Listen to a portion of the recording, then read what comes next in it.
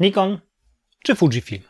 Który aparat jest lepszy dla ambitnego fotografa podróżnika? Jeśli już pogubiliście się w tych wszystkich forach, dyskusjach, rekomendacjach, to ten film jest dla Was. Ale polecam zostać do samego końca, bo dam konkretną radę, które z tych aparatów, którą markę należy wybrać. Ja nazywam się Piotrek Trybacki, a to jest program Fotograf w Podróży.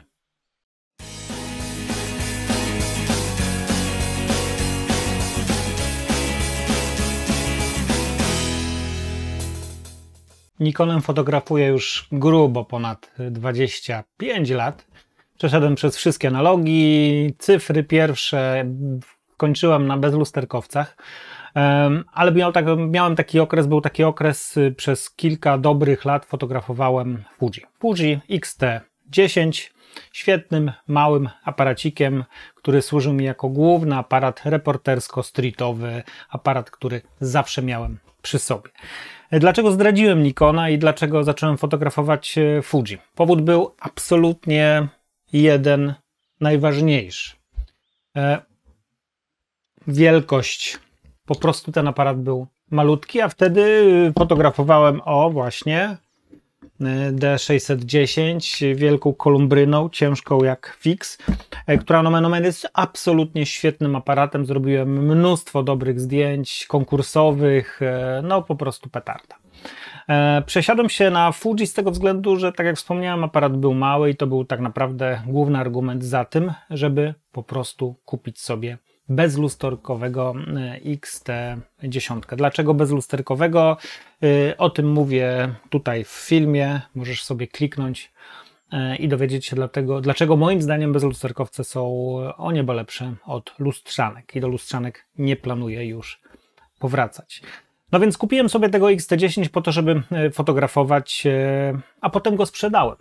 Sprzedałem i kupiłem Nikona Z6 bezlusterkowego, a do niego dokupiłem takiego malucha ZFC, też bezlusterkowego, i to jest mój w zasadzie główny aparat, którym teraz na ulicy, na fotowyprawach, w czasie warsztatów street photo fotografuję. Mam dla Ciebie test i pytanie.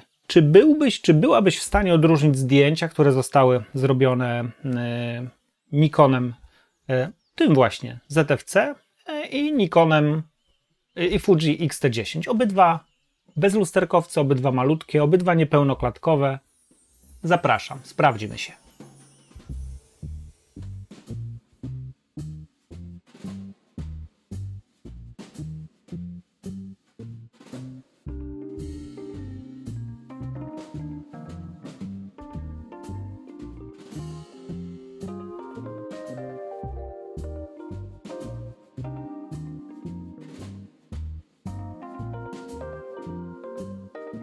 I jak udało się? Ja Ci się muszę przyznać, że przygotowując ten odcinek sam miałem problem, żeby odróżnić zdjęcia, które zostały wykonane jednym albo drugim aparatem. Z mojej perspektywy, oglądając je na bardzo dobrych monitorach, drukując powiększenia, nie ma żadnej różnicy. Skąd w ogóle w takim razie ta cała dyskusja? Skąd to przekomarzanie się, prześcigiwanie się na forach, gdzieś tam w grupach, kiedy ktoś nieopatrznie zapyta, czy warto kupić aparat jeden, na przykład Fuji X-T4 albo 5, czy nową setkę, która właśnie wchodzi na rynek, czy może jakiegoś Soniaka, Olympusa albo Nikona. Abstrahując od ewangelizujących, osoby, które są z markami związane w jakiś sposób i po prostu z natury rzeczy argumentami, czasami bez argumentów, promują marki, którymi fotografują. Jakimś takim nie jestem. To, że fotografuję Nikonem, jest po prostu moim wyborem od lat i już. Ta cała dyskusja nie ma w gruncie rzeczy najmniejszego znaczenia. Ponieważ prawda jest taka, że to jest banał, że to nie aparat robi zdjęcia. To nie jest prawda, to aparat robi zdjęcia konkretnie. Ale prawda jest taka, że tak zwana popularna fotografia, taką, którą w podróży uskuteczniamy, w której jest mieszanka portretów, zdjęć ulicznych, jakiegoś reportażu, trochę architektury, trochę krajobrazu, nie ma absolutnie znaczenia, jakiego aparatu będzie się używać. Więc ta moja dzisiejsza dyskusja, czy Nikon, czy Fuji, jest trochę takim puszczeniem oka dla Ciebie, bo tak naprawdę to nie ma najmniejszego znaczenia. Ale to nie jest tak, że nie ma to znaczenia, czyli można wybrać dowolny model i dowolnym modelem fotografować. Nie. Szczególnie z Fuji jest problem, który wypuszcza po prostu tych modeli X-T10, X-20, X-T20, X-T30, X-T2, X-T3, X-T4, X-T5 i jeszcze całe inne serie poza X-em. Trudno się w tym wszystkim połapać. Dokumentacja techniczna jest skomplikowana. Dla kogoś, kto jest jakby lajkonikiem w tej dziedzinie, to będzie utrudnione. Argumentem jednym, który jest ważny, ale który stracił na swojej zasadności, to jest tak zwana stajnia obiektywów. To jest pierwsza rzecz, którą ci ktoś powie na właśnie wspomnianych forach, grupach. A, bo do tego jest taki obiektyw, a do tego obiektywów mieć nie będziesz. No nie jest to prawda. Ponieważ zarówno producenci mają już naprawdę ogromną ilość obiektywów i to zarówno Fuji, jak i Sony, jak i Nikon, jak i Canon, ile chcesz tak naprawdę. Są niezależni producenci pokroju Sigmy, Tamrona, Tokiny, którzy produkują równie dobre obiektywy, więc ten problem zniknął. Ja sprzedałem Fuji dlatego, że byłem przekonany, że kupując Nikona Z6, który był bezlusterkowcem troszkę większym od tego Fuji X-T10, no będę mógł używać starych obiektywów. No i mogłem, miałem przejściówkę, używałem. Ale potem jak zobaczyłem, co robią nowe obiektywy, jakie są ciche, jakie są małe, jak rysują, jaką mają plastykę, po prostu kupiłem nowe obiektywy i jestem z tego powodu bardzo, bardzo zadowolony.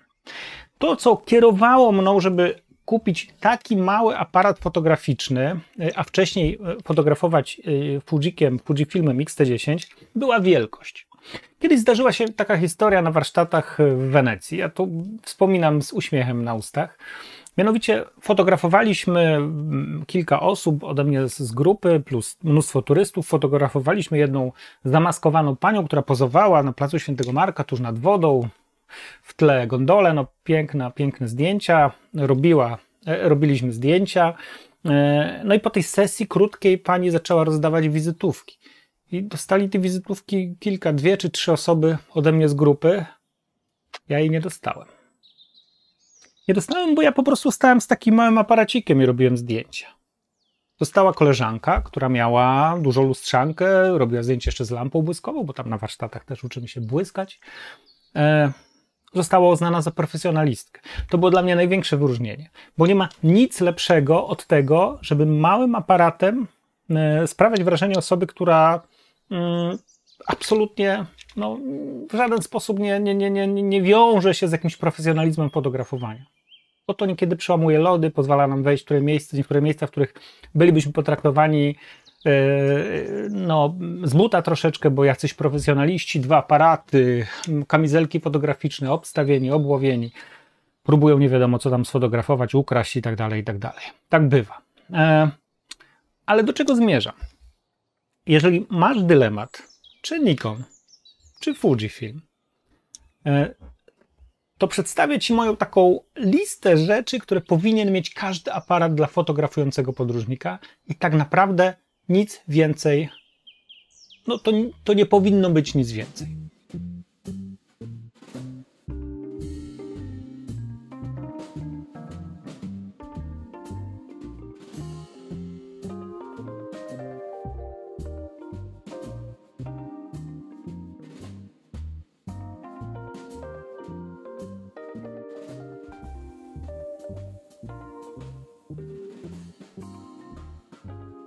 Może nie tyle, co nie powinno być nic więcej, ale jakby nic więcej nie jest Ci potrzebne. Od czego zacznę?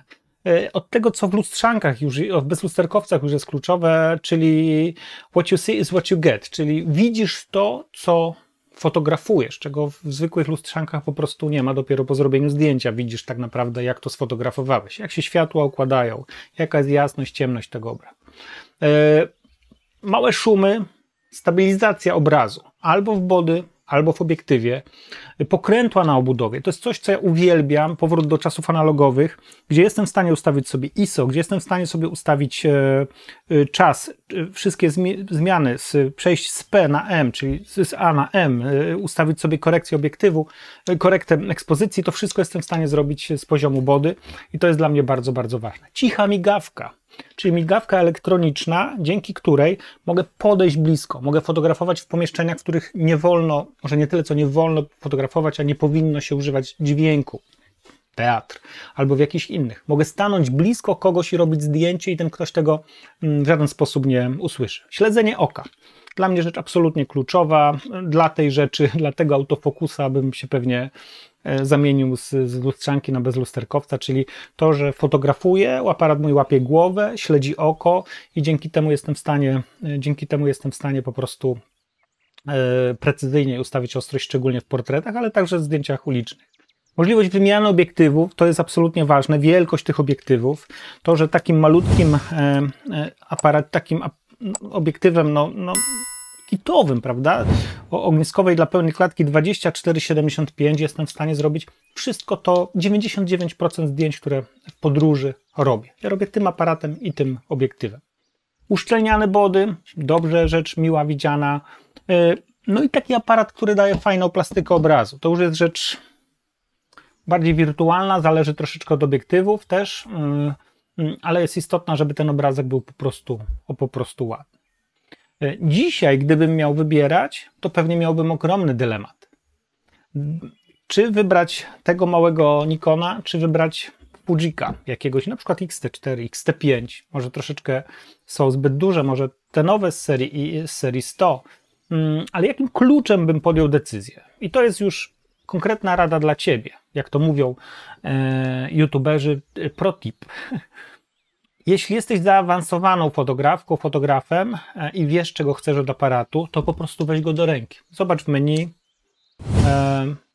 odkręcany ekranik, zobacz, co tam jest, jak Ci się to używa, bo tak naprawdę to będzie jedyny argument. Ty wiesz, jak ten aparat wykorzystać, tylko po prostu ergonomia może być dla Ciebie nie do zaakceptowania. Na przykład to, że tutaj nie ma tego uchwytu, dla wielu osób jest to deal breaker, tak?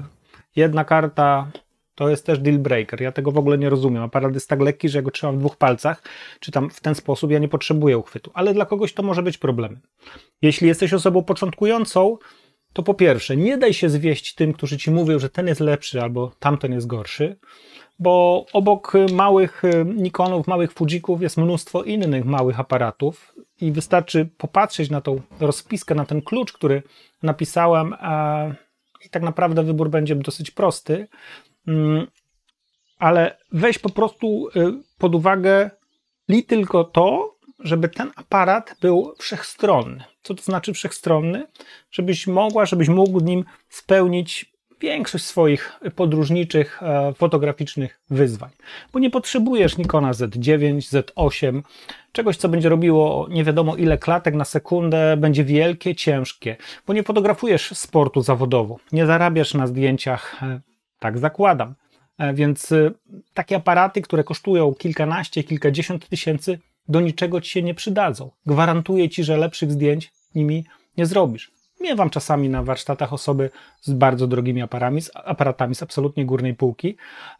I oprócz tego, że są ciężkie i muszą się z nimi męczyć, ubolewam nad tym i im serdecznie współczuję, te zdjęcia ani nie różnią się od tych, których robi cała grupa, zależą wyłącznie od talentu tego fotografującej, ale też nie ma takich sytuacji, w których da się wykorzystać w pełni 100% aparatu.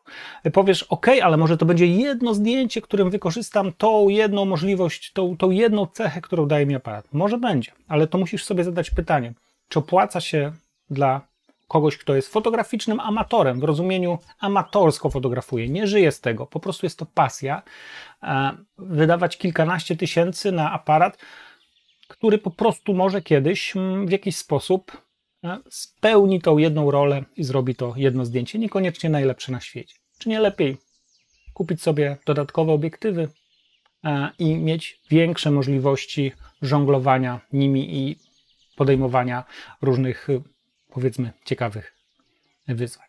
A pełna klatka? Zapyta ktoś. Jeśli robisz krajobraz? Pewnie tak. Jeżeli ambitnie fotografujesz krajobrazowo? Pewnie tak, aczkolwiek niekoniecznie, bo są tacy, którzy zajmują się krajobrazem, a fotografują w formacie 4:3.